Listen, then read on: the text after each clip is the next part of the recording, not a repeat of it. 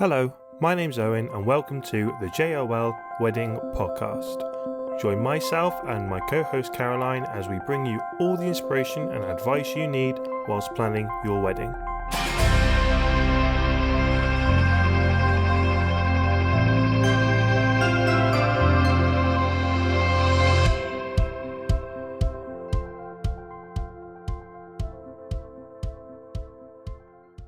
Hello everybody and welcome to another episode of the JOL Wedding Podcast. Today we talk about churches. Weddings? Church weddings.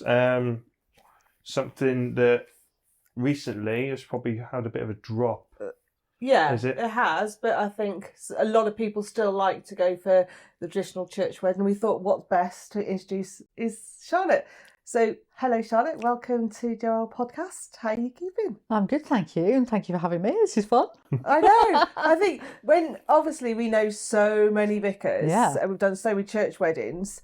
You stand out an absolute country mile. Ta-da! Just honestly, that I think people have a mindset of what a vicar would look like and act like. Yeah. You know, the typical old man that's Yeah. very fuddy-duddy and very awkward. And you just break the rules completely. I like to think so. So I think we first met we had a wedding, I'm trying to think how many years ago now. This has got to be 6-7 years. Well, I've only been in Shrewsbury 6.5, so So it's about, it must have been. It was probably. I wasn't doing weddings for the first year, but I might have met you then. But it's 5 or 6 years. yeah. Yeah. So we've done a couple of weddings together. We have, yeah. Not as much as I'd have liked, but there you go. no. It's not my choice. No, but it was just you stood out. I think, like when we see so many vicars, that how relaxed you are and how funny and quirky and everything, that it's just absolutely amazing. So tell us a little bit about your parish first of all, because you've got a little tiny church. I have. We've gone from you a curator at one church. I was a curate at Meal, so that's like a trainee vicar. So it's a 3-year training post. So that was Holy Trinity Meal Brace, which is where we met. And then my curacy, as we call it, finished there. And I got the job as vicar of Oxon Parish Church, which is actually the parish next door to Meal. Right. So that's where I am now. So I've been there. I started there just a few months before lockdown. So that was a whole, interesting time, that my 3 years there, most of it was in lockdown. So that was a real journey for us. But yeah, it's a lovely little church building. Could do with a bit of a lick of paint, but these things cost a fortune. Yes. So, but it's got a lovely warm atmosphere. Yeah. Even as a building, but the people particularly are very warm and welcoming and lovely. So yeah, it's lovely. Fantastic. So when you obviously bride and groom start thinking about planning a wedding, and maybe obviously people want to go down the church route and having a traditional wedding. Yep. What's so special about that, rather than just like a civil where it's 20 minutes, thank you, there's your certificate, off you go? I think there's lots of things that are special. For me, I love meeting people, and so meeting couples and being part of that really significant part in their life journey. And obviously the wedding day itself is a real privilege. I really consider it a privilege. So that's for me, I love that bit. But I also love getting to know people. So, I meet with them, or quite often we have people that live away. I'll talk about that in a bit, how you come to have a connection with a church. And it might be that people have moved away and they're like, well, I feel like this is my home church. So then it's just kind of getting to know people's stories and listening to relationships and thinking about what makes, what's helpful in a relationship. And perhaps having a conversation with a vicar is something people have never done before. And we're not marriage guidance counsellors, but, we can be quite wise about things. I've been married 26 years, so I kind of feel like I know a little bit about it. I know a little bit, about that. So, it's lovely to kind of have those conversations and help people think about the journey to marriage rather than just to the wedding day. Yeah. That this is the start of a whole life's journey together, hopefully, and we're there to help you. And I think as parish churches, we'd love people to know we're here to help and support you in life. You may not want to or even tickle the boxes for being a Christian or what have you, but we're still here for you. Yes. And that is a great thing about the Church of England, that we say, you know, we're here for everybody. Yeah. Yeah. I find when we've done so many church weddings over the years we've been going as photographers, and I think people love the tradition side of it. Like when me and James got married 25 years ago this year, it meant something to me to get married in the church where my mum and dad got married. Yeah. That I was christened. My nan did all the flowers for the church every week. And for me, I think it's that connection to family as well as the church. Yeah. That, you know, I think some people are, you know, they've got Christianity in their heart, but they're not practicing it every single day of the week. Yeah. So it means something just to have that connection with the family as well as the church as well. And I think I completely agree, and I see that all the time. And I think I say to people, you know, it's okay, because I carry the faith in that sense. It's my job, and you know, but for me as a vicar, the real crucial thing is that actually what I'm doing is asking God's blessing on a couple. Yeah. And often in weddings I talk about, you know, saying actually none of us are fit to do marriage on our own. We all need help, and you know, I believe that God wants to help. You know, all of us to be in good relationships with one another, and particularly in marriage. So that's just the real privilege of being a priest, really, and you know, getting to do that. Yeah, fantastic. Because it was, I'll say, quite a few years ago, especially when you kind of got married, it was the tradition of a church to kind of get married. Yeah, I think there was obviously an option. You can have the civil service, but I think back years ago that it was the done norm thing to do. Yeah. Really, well, is to get married in a church. It's interesting you say that, but my parents, who have been married for, you know, 50, 60 years, they got married in a registry office. Yeah. So, you know, there were still lots of people who did that even then of that generation, I think. We got married in a church, obviously, but nobody else in my family has, because nobody else are churchgoers, so they... Yeah. But like you were saying, obviously your sister's a registrar. So she is, you've got to see it both sides of the spectrum. So what it's like to be a registrar, and what it's like to be a vicar, and how they compare. Which I think when people are planning to get married nowadays, we were talking obviously to a venue the other week, and we were talking about how when couples look for a venue, how far it is from now the church where they get married. And like I say, a lot of people, especially with that venue, they travel a fair distance to get married at that venue. So, but they've got local parishes local churches where they can now opt to have a wedding in the church, even though they don't live close. So how does that work now if people are looking to get married in the church? So it feels complicated. It's not complicated, but everybody, you can't just choose, you can't get married in whatever church you want without having what we call qualifying connections. And there's a list of them on the Church of England weddings website, you know, because I'll probably miss some out. But that's things like either you live within the parish boundary, and that won't be what you think, because it's ancient and complicated. And there's a website called A Church Near You, where if you put your postcode in, it'll tell you what which church is your parish church, and it will show you the boundary. And that's the church where you can get married in straight away, no problem. But then there's lots of other churches that you will have connections with, like the church where your parents got married or your grandparents got married. In fact, any church where you have lived through any time, either bride or groom have lived for 6 months of their life, it's helpful if you can prove it, like, you know, a couple of bank statements either side of that, then you're allowed to get married in that church. Okay. Because that's what kind of defines it, is if you've got to be living in that area for, like you say, over 6 months. And that can be bride or groom. And I think how many times I've moved in my life, I've got qualifying connections in masses of churches if it came to it, you know. And you know, I know not everybody's like that, but okay, so it's not just the current place you're living. No. It is, so you've moved 6 months ago, but you've lived there for 10 years. Yeah, you can go back there and get married in any of those churches around there. Okay. Yeah. But like I said, there does have to be those connections. If you have no connections, but you feel you think I want to get married in that church, or I think we used to kind of be quite a key church for Rowton, I think. Not less so, mind you, it's been COVID, doesn't it? Everything's different. Yeah. And I know there's other churches that when they're near venues, they get used more often for weddings.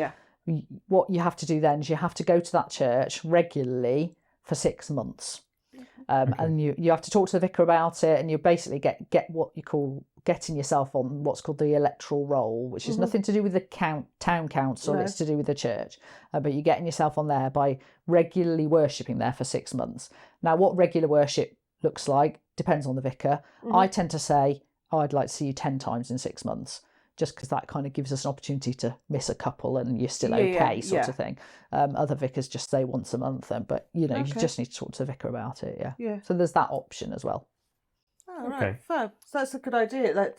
Again, I think it just opens the door to other couples now thinking, actually, if one or the other has religion in their family and everything like that, it's not all doom and gloom. Like you say, you want to get married in that church. There's other ways around it. That helps. Yeah, definitely. Oh, fantastic. Okay, so when obviously a couple's kind of puts in with the parish that they're kind of associated with, what then kind of proceeds on to leading up to, say, the wedding day in terms of kind of like decorations or decor, anything like that? Meetings. Yeah, so for me, I like to sort of 3 months before. Well, the first thing is we have to do what's called reading of banns, BANNS, which is an ancient tradition which we really thought they changed last year when they changed a lot of the laws, the marriage laws for us and how we register weddings, but they didn't. So we still have to do reading of banns. So a couple of months before the wedding, it's the bit where the vicar stands up in the wedding and said, does anyone know any legal reason why these people may not marry? You are to declare it now. And you have to do it 3 times, preferably in succession. It depends what church you're in and how many churches are in the benefice. And you have to do that at the church you're getting married in and the church where you're living. So that's something that people never know. So if you, for example, live the other side of Shrewsbury and you're getting married with me, you have to have your banns read, say, at St Giles, if that's your parish church, and at your church. And you have to pay for it. I never knew that you had to have it 3 times. Obviously, you wouldn't ever see it on a wedding day. No, you wouldn't do. You wouldn't. So in a Sunday service, and historically, it's quite fascinating. Historically, it's nonsense now, quite frankly. But back in the day, where Johnny was marrying Mary from the next village, and everybody knew each other. The old Ethel would say, "Hang on a minute, Johnny married Edith last year," and knew people would know he was already married. That's what it's about. But of course, because the people in my church, they don't know the people who get married there. Very rarely they do. So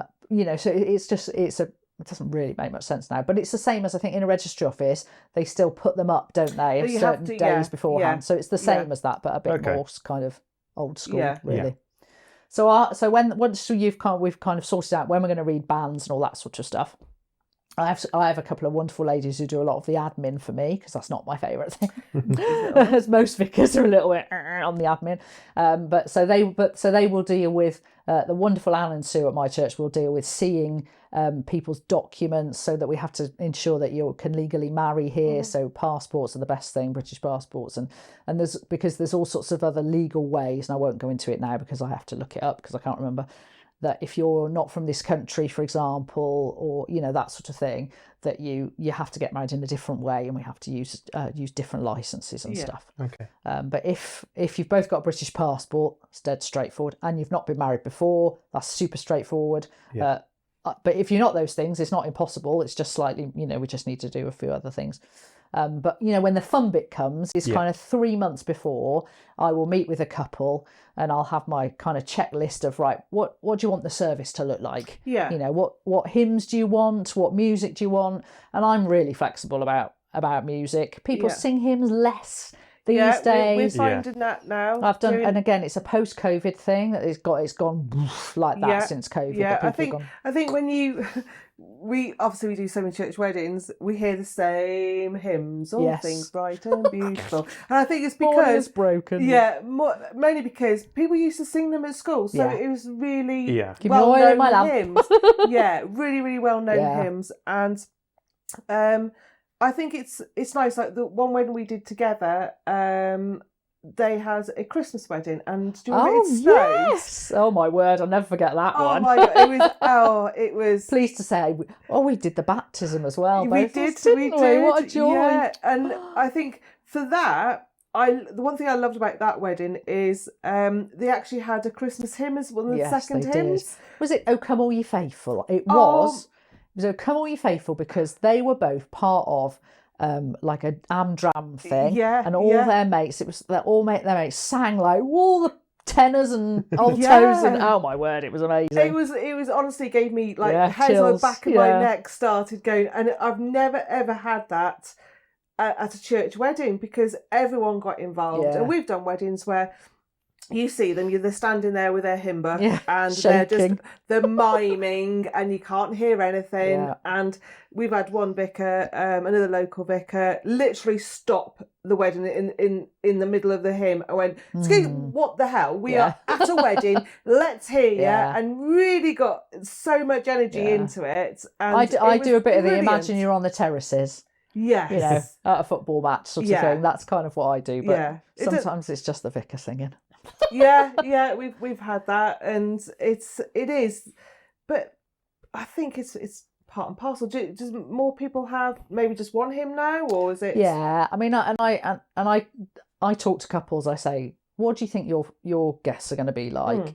And they know whether they're from quite a timid group or whether people are used to singing. Particularly, what I love is being a church not far from the Welsh border. You get a lot more singers. Because the Welsh, they love singing. They do, yeah. And of course, there's some hymns that are particularly Welsh. Guide me, O thou great Redeemer is a great one. If you've got a good Welsh congregation, so that's kind of that's a lovely thing, But I do tend to chat to couples and say, what's going to work for you? Because you don't want to just hear me singing. I can hold a tune, but that's about it. We can put some. For funerals, to be honest, I've done loads with backing, like choirs, and that encourages people to sing, so we can do that at weddings as well, or we just don't have to have any, you know. Obviously if at my church, if you have the organist as well, that is another fee on top, because obviously he needs to get paid. So sometimes that's, people have to bear that in mind too, is what their budget is and that sort of thing. But I'm flexible, and music wise, I'm flexible. People say just the traditional, just want, the bridal march and here comes the bride and that sort of thing, and I'm like, do you want to think we've got a reasonable decent sound system, we can have whatever you like. So and my daughter does a little bit of the Virgin. My daughter's 17 and she presses play on my iPhone, so she does the DJing. So I think that's nice, and I think that's about personalising it as well, because people think, a church wedding, it's just this it's all set, and a lot of it is, but it is, and a registrar has to say the same things that I say. You can't make up your own vows. I'm not doing that, but we can personalise it, and that that's another joy of being the vicar and having a church wedding, is we can really make it you. And it's nice, like you say, really getting to know the couple and their journey as start from how they met and putting that into the service. Where when you've got a registrar, it is very much, do you take, thank you very much, right, off, I'm gone to the next one. And it is, there's 3 or 4 weddings really in a day for some registrars. There is no connection between the people that are marrying you, which is a huge thing. This is the whole thing, the point of having a wedding. It's not just a party, it is the joining of the two people. It is. And I love that moment. And when I've talked to couples, and because people are so nervous, because not many people do what I do and stand up at in front of people every week. Most people don't do that as a job. And so standing up in front of people, even if they're their family, they are a nervous wreck. And I just say to them, this is what happens when we come to the vows, particularly. You look at you, and I'll be there as well, and I'll pray, and it will feel like it's just us. And all you need to do is listen to me and repeat what I say.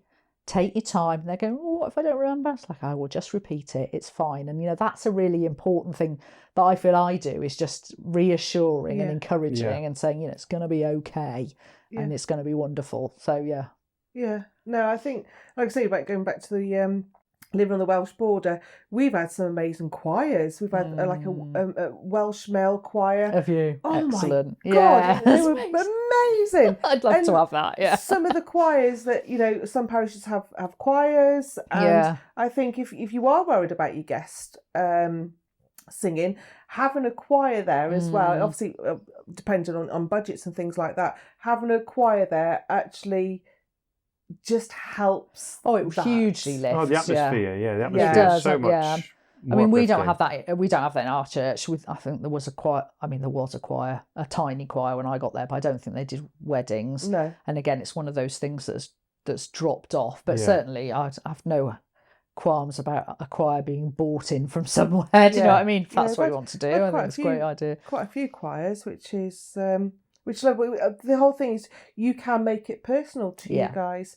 Like we've gone to some churches we've never been before, and you do like a rehearsal with your couples the week before. Yeah, that's right. A couple of days before. That's what nice for us photographers to go to the rehearsals to meet you guys as well. So we know the lay of the lands for photography, because we go to some weddings and obviously vicars like yourself that are absolutely amazing. And we've got some that have gone, right, you stand there, you do not move. No flash, no this, no this. And again, when you start thinking about your photographers, they need to know the rules for churches. You can't, go run up and down the aisle and, over the shoulders and things like that. So again, it's nice that for us to come to those rehearsals to know and have a speak to you guys and to go, actually, make sure you just do this. Just a bit of respect as well. We're just respecting everything that's going on. Absolutely. Yeah. And I think from the vicar's perspective, that's really important to us. I mean, the difference for me from being at Mealbrace, which is a huge church, to being at a tiny church, meant that I had to really think about what that was going to be like, because I want the couple to just be thinking about each other and listening to me and not hearing the clicky, not even being aware of that. At Meal, it's quite easy to hide behind pillars and things like that, isn't it? But my church hasn't got that, and so we, I've kind of spent the weddings that I've done over the last few years. We've kind of worked out where's the best position to be. Yeah. What I don't. And some people listen to me, and others absolutely don't. Yeah. It's like doesn't make for a happy vicar. But equally, I know that the couple want good photos too. So, there's got to be a bit of we all got to work together for the common causes, which is the bride and groom. Yeah, absolutely. Yeah, but I think, as you say, Owen, that respecting in my church, basically. That's your home. Yeah, it is it's your my home. house, as it were. It is the house of God. So it is. We've had, going back to Mealbrace Church, Phil the vicar there, we've literally obviously walked up on a wedding day, just starting to get the groom and all the guests arriving and everything. And Phil's looked at us, walked in and went, it's just a relief to see you. It really is. Really good photographers that, I was going, oh, you're right. And he goes, oh, we had a wildlife photographer here the other week. And I was like, what? He went, and Phil is the most laid back vicar ever. And he goes, I had to tell him just to go and back off. Really? Because he was it was too close. And it's like, that must have been a nightmare for Phil, because I had one over my shoulder with a very manual sounding camera. Yeah. And that was like, I was not happy. It's distracting. It is distracting. To me, I don't think they've had much experience with weddings then, in terms of that. Again, thinking about the respect, obviously, getting to know your couple as well. From our side, to then, like you say, go into the rehearsal, you need that kind of linked to go all together, so you know what you're going to be like on the day. Because we don't want to be disrupted, and we don't want that, and we know the rules. Every church has their different rules.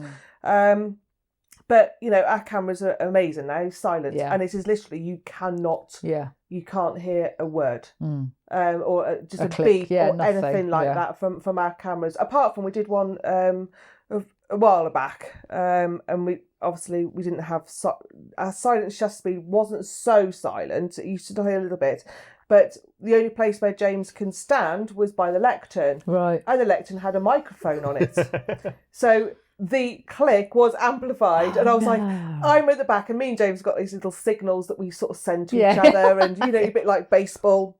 And I'm trying to tell him, just step away. Move it away from the mic. Step Yeah, away just a little bit. Yeah. Otherwise you think, you don't just want that to people to... And I probably no one else heard it apart from me because I'm tuned into it. Yeah. But it's just little things like that. Mm. So what happens then on rehearsals? Obviously, we were saying about as I get distracted.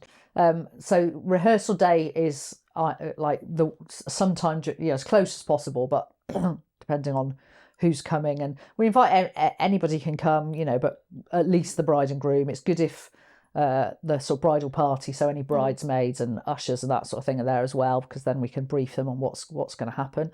And then we kind of rehearse, particularly the coming in bit, and it's a bit. I think certainly something that as a woman, and I remember my own wedding, and we got married in a big church in Gloucester, and it's a Pentecostal church, so it's not pillars. It's we've got a modern building. And with a long aisle, so there's loads of time, and the piece of music I'd chosen was brilliant, but there was only like that amount of the music that I wanted to walk into. So I was quite meticulous about choreographing it with my bridesmaids. Exactly right. I just wanted to do that. So I'm always happy to do that with brides. Not all brides want to do that. Some of them just want to come in. That's it. But that's quite a key kind of rehearsal bit. Is when when you hear this bit of the music, then you come in, and I quite enjoy doing that. So we have a little rehearsal coming in, and then we go through the whole the main bit of the vows, but without saying them all. So I say to them, you're not getting married tonight, so we won't say them all, but we kind of just have this is kind of what they sound like a little bit. So have a practice hearing me and then responding to me, and then we have a kind of fake practice of the rings, and all that stuff, which is all good fun. And then it's just kind of describing the choreography and going through it with somebody. And now we don't have the big certificates, now, or even the register anymore. We just have this little piece of paper, but we still try and make it look nice. I do. So we still set it up in the same way, and that's obviously another photo opportunity. It's just a case of kind of showing you where you're going to be moving around the church, and there'll be people that in the bridal party who've never been in the church, or maybe never even been in a church, So again, part of my role there is to say, it's okay. I may be a vicar, but I'm not scary. No. You're welcome, relax, we're going to look after you. So it's just kind of that helping people relax, really. Yeah. And then so on the day, it's just smooth sailing, hopefully. Smooth sailing. Well, you need to keep them relaxed. If you think the bride's going through everything in that morning, and say a few things don't go to plan, it becomes stressful. You've got to think of, obviously, transport as well, getting from I've had a few late because cars broke down and things like that. We did one, was it not last year, the year before, they came on a bus, and I don't think where we got this from, the Albert Hussey to Wem, wasn't it? Yeah, it was. And at this bus, and it broke down. So I think father bride, dad had to do like 3 trips. Ferrying all these bridesmaids, and obviously things run over. So you've got to be flexible, and keep people calm. And I tend to be at the rehearsal. I can be a little bit strict. Okay. So just those things that you need to say, like I'm quite a stickler for time. I am, just encouraging people to be on time, sort of. You're not going to take them and be like I'm not going to say, right, I'm not marrying you. I'm not going to do that, but I do just kind of do the little stern vicar's face. You need to be on time, sort of thing. Likewise, when I have to say in the wedding service, I have to do does anybody here know any reason in law why these people may not marry?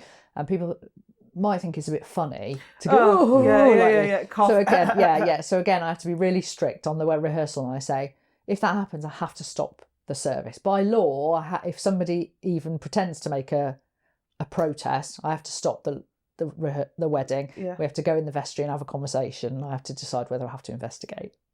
Wow. So okay. So that's kind of like, it's just, if you lay down the law in that, and then it's okay, and then everyone can relax. Now I know that you're not going to mess about. Have you ever had to do Your that? mates aren't going to go, hey. No, because I'm always so strict that nobody does it. But obviously I'm not as strict. They know the people that probably would do that. Normally it's your best man, and you absolutely. So it's not. So you have a word. Congregation. There's no movie style, someone running in from the back through the doors. See, that'd be fun. I object. That'd be fun. A bit of Richard Gere running up the aisle. Yeah, that'd be fun. I wish. None of that. None of that. But I've just got Shrek coming to mind when he Oh, comes have in. you? Yeah, Shrek. Yeah, that'd be good. Yeah, so it's just kind of that. If as I've done that, I know that I've told people, and they know that I mean it because I'm relaxed about everything else, but just those things I'm like, we have got to get that right, sort of thing. And then it means the day is going to be fine. It means if you are late, you know what? We've already had this conversation that the most important thing in that ceremony is the two of you and God's blessing. That's the important thing. Yeah. So everything else is just frill. Yeah, we've done a number of weddings, obviously, when they've had kids running around and everything like that. And I always think that I love children being part of a service, and we've had some absolutely amazing shots of one of the brides and grooms' little boy was walking up and down the aisle, really, really happy, and he stood in the middle of the aisle just picking his nose.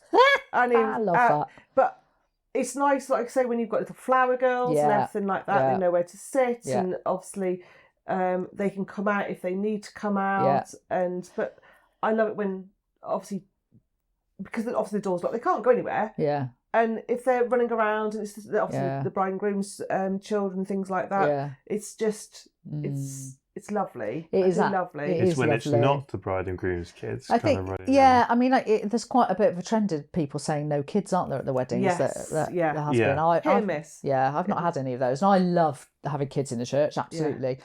I think I always talk to, if it's the bride and groom's children, again, that's one thing that I have a long conversation about, because again, absolutely it's about your family, but actually it's about you two as a couple. And what I say to them is, who is going to have your children while we're doing the vows?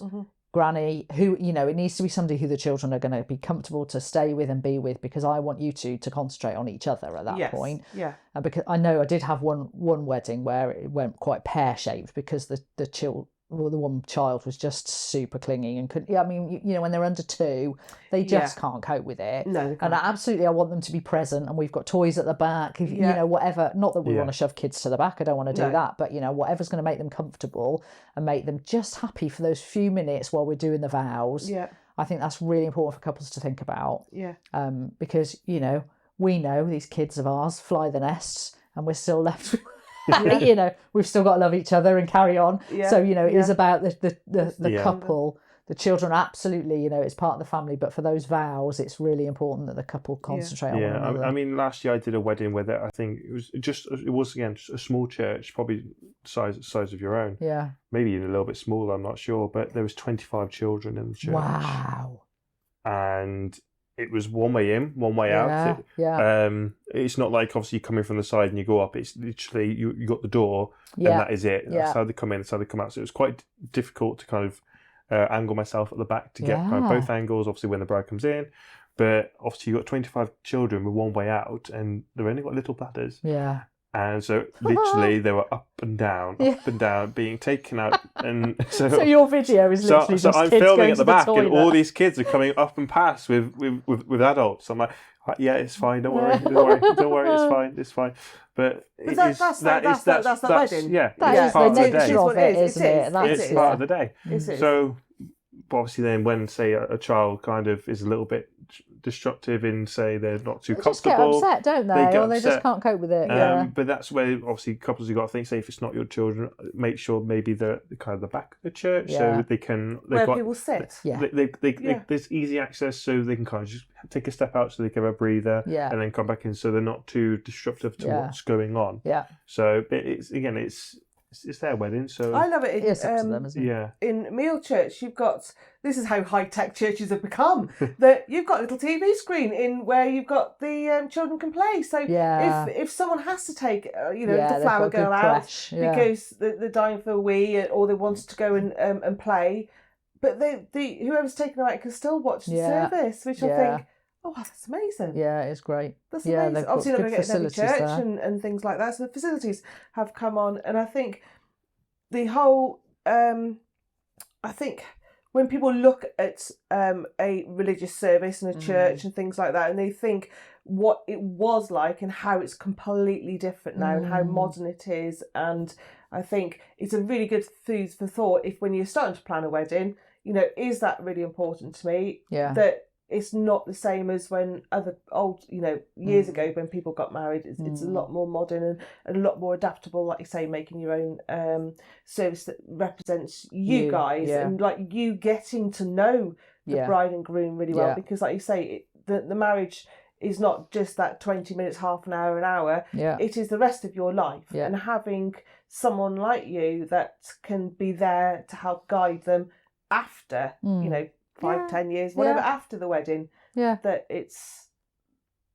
I think it's amazing. That's what I love about my job, is people and supporting people in life, because life is tough. Marriage is hard. It is hard. The wedding's the easy bit. It's hard, but wonderful. Try working with your husband. Yeah. Mine never leaves the house. I mean, we do in effect work together. But it's helping people see those things through and be together. We talk about the vows, and they are profound when you look at them. In sickness and in health, we'll stay together. And unless you have a loved one with a long-term illness, you don't really know what that means. No. And it is huge. I mean, my husband's has long spells of with issues with his mental health. And it is the most trying thing you can possibly imagine. And I am making a promise before all these people, before God, that we will stick together like glue, no matter what. Now, I know situations change, and I know, that takes two to tango and all that sort of stuff. But I take those vows very seriously, and they're solemn and before God, and precious as well, really precious. Definitely. So it's a huge privilege. So obviously now with same-sex couples, the church is starting to take a different stance on that, and things are developing now, aren't they, in the future for same-sex couples? Yeah, I mean, I'm no secret of the fact that I'd love to be able to marry same-sex couples. That's who I am. In the Methodist Church and in some other denominations, they're already marrying same-sex couples. The Church of England is not at the moment. We're hoping to be able to do blessings by July. Hopefully, we'll see. It's certainly something that has broken my heart over the last few weeks, and I would really love to. That's where I'm at with it. And as I said, I make it perfectly clear that I'm more than happy to have conversations. Yeah, I think that would be a huge turning point for everyone, for same-sex couples to have that option of a blessing in a church, and hopefully, you never know, in the future, getting married. Hopefully. That's how I really it takes obviously with anything, it takes years for change. Well, it's steering the Titanic in a bathtub. Yeah, that's the Church of England for you. Yeah. But even now, things even non-religious, so obviously your civil services, they're all changing now. So there's certain places you can get married, certain places you can't get married, and now they're looking to change that and saying, well, people can get married anywhere they want them to get married now. So, and it doesn't have to be under a shelter, it doesn't have to be, certain places that are legal. Yes. So I think now everything's now starting to change and hopefully now with obviously after COVID as well, and it's everything's rule books can be broken and different things thrown out and start again. Rewritten. Yeah. Because like I say, all it is the main thing is those two people joining together, and I think when people are planning to get married, that gets lost. Yes, can do throughout so. Planning, and it's all your wedding politics. Can so and so sit next to so and so, and all that. Who should we invite? Who do we don't invite? Where should we get married? And what time and everything like that. And actually, when you start thinking about it, the whole point is it's just the two people getting married and joining together. Yeah. Can I kind of just touch on like timings and things like that? So obviously through the year, when during the planning, is it certain times at which people kind of get married? Is there certain times that you'd kind of suggest? There's only certain times in the day where it has to be in the hours of daylight. Oh, okay. Yeah. So I think it's kind of between 9 and 6 is the kind of set things. But I mean, you've done it on 4 o'clock in the winter. Well, they wanted to get married at 3, and I was like, ooh, you do realise, an hour service, give and take? Yeah. it's going to be dark by the time we get out. You're Yeah. like, oh yeah. Oh, I didn't think about that. Yes. Okay, then, you know, also Yeah. I think they changed it to 2. But again, in winter, it was a drizzly day. It wasn't a particular bright day. Yeah. And by the time they got out, there's a nice few photos outside of the church, and then Then that was dark. it. Yeah. Yeah. I think my thing with the church wedding is that people they don't understandably, because I don't understand it half the time, is that the church has seasons that are different. So we're currently in the season of Lent, which leads up to Easter, and during Lent we have no flowers in the church at all. You know, it's kind of it's our season of kind of somber and sober and giving things up, as people think. You know, so part of the tradition there is that we don't have any flowers in the church. Now I don't have a problem with doing a wedding, but the flowers then have to go and not be there on the Sunday, you know. Yes. And then the other season obviously is run up to Christmas, Advent, and people get very excited about the concept of a Christmas wedding, and not really realising what goes on in churches during that time.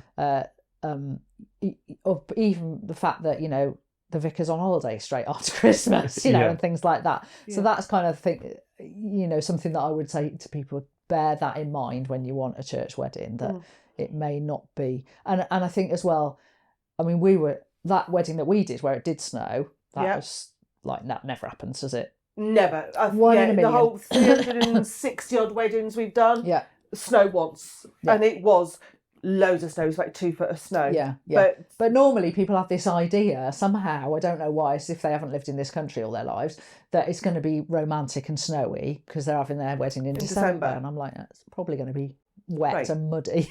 You know. It's just kind of, it's helping people be a bit realistic about that sort of thing. Because registrars are quite strict, because they could do 1, 2, 3 weddings in a day. Yes. Yeah, so push themselves forward. If they really want to push themselves, but it's that kind of, you got to think of what time of year you are getting married. If you're getting married in December, you're probably looking for, say, a church wedding. Maybe even 12 o'clock. Midday. I would say midday, because it's an hour. Sometimes even I've had a service go for about an hour and a half. We've had cathedrals where they've had mass. When they've had mass in it, as well. And it does take a while, and then you've got to think, say, where you're getting married, it could be half an hour away. Well, also your reception is half an hour away. Then you've got to get everyone back. It's not just a half an hour trip. You've got to get 80 to 100 people back to that place. Then you want to do all your formal photos, whether you do that at the church or not. Or usually both. I think. But then you got, you know, you go to weddings, and again, it's winter, and people. I've seen people just wear. You see what they wear. Summer outfits. And they've been laid up in the mud. It's been laid up. And it's like, well.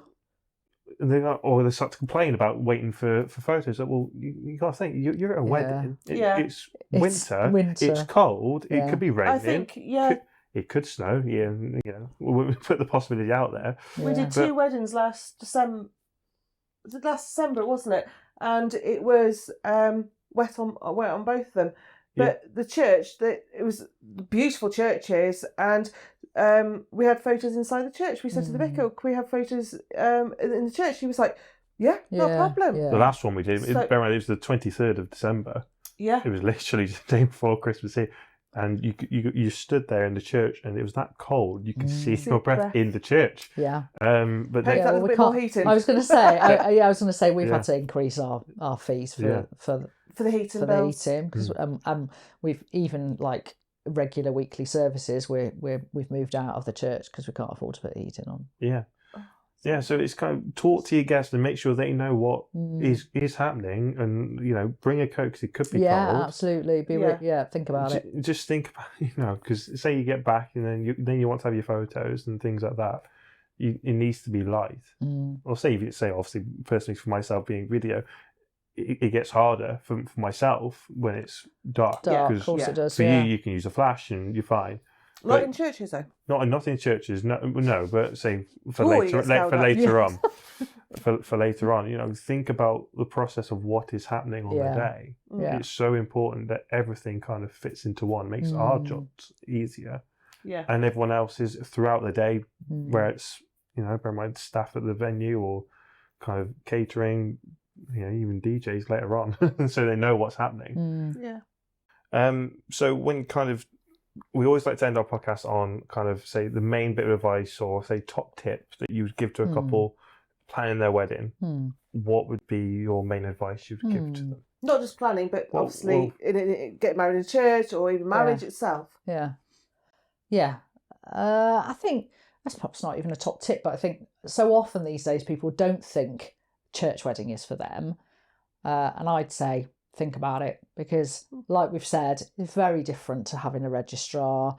It's somebody to build a relationship with, a friendship even. And as we've said, I've had the joy of marrying a couple and then doing the baptism of their little one, you know, and just having that sort of historic lifelong, they started a new tradition really for their family, that I was part of it, that, that church was part of it. And it's just really special, really, just a privilege for me and a joy to kind of get to know people and be part of their life's journey really. So that's not a top tip, but, I think I would just like people to think perhaps a bit more about maybe churches for them. Yeah. Church wedding might be for like them, you say, it's not all about, like you say, God. That people think, oh my God, I can't do that. I can't do that. I'm not religious. I won't totally have a fine church if you're an wedding. atheist and you hate church. I totally get it. Yeah. But if you kind of think there's something about that building, there's something maybe about God, I don't know, and then come and have a conversation. Have a conversation with your local vicar. Or just tradition. So obviously parents getting married, grandparents getting married in the church. Or it's not as stuffy as you think. No, definitely not. Definitely not when you got a vicar standing here with a wow. And it's just things like you say, you've got tattoos. Obviously, we keep in touch on social media all the time, and Star Wars and everything like that. It's just, it's very different to the idea of what church weddings used to be like. Well, thank you for coming on. It's been a pleasure having you. Thank you. for having me. And it's hopefully we'll see you very soon at a wedding or baptism, or hopefully not a funeral. I'm not being called for photographers at funerals. No. Definitely a wedding. End on a high. Yeah. Okay. Thank you very much. Pleasure. Thank you for listening to the JOL Wedding Podcast. Share this podcast with anyone you know who is on the journey of planning a wedding. Check out other episodes of this podcast as well as links to our social media platforms at the JOL Wedding Podcast.